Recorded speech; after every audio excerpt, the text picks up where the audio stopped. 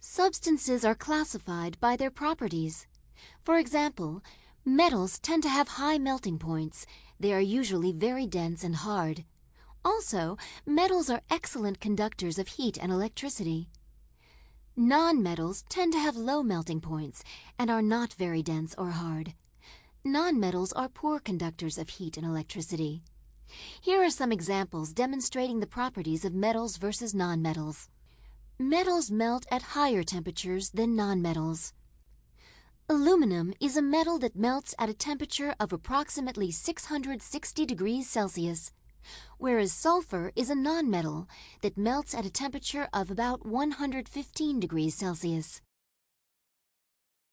Metals are more dense than nonmetals. The metal copper is more dense than the nonmetal sulfur.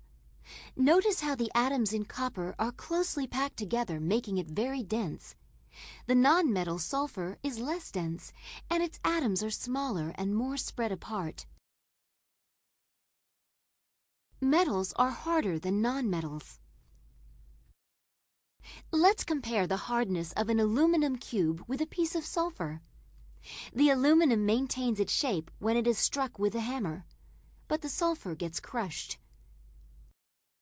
Metals are better conductors of heat and electricity than nonmetals.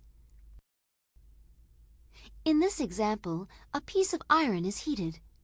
Pink wax is placed on the other end of the iron. The wax begins to melt as the heat gets conducted from one end of the iron to the other.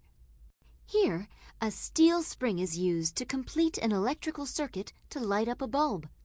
Since the spring is composed of a metal, electricity readily conducts through it, and the bulb lights up.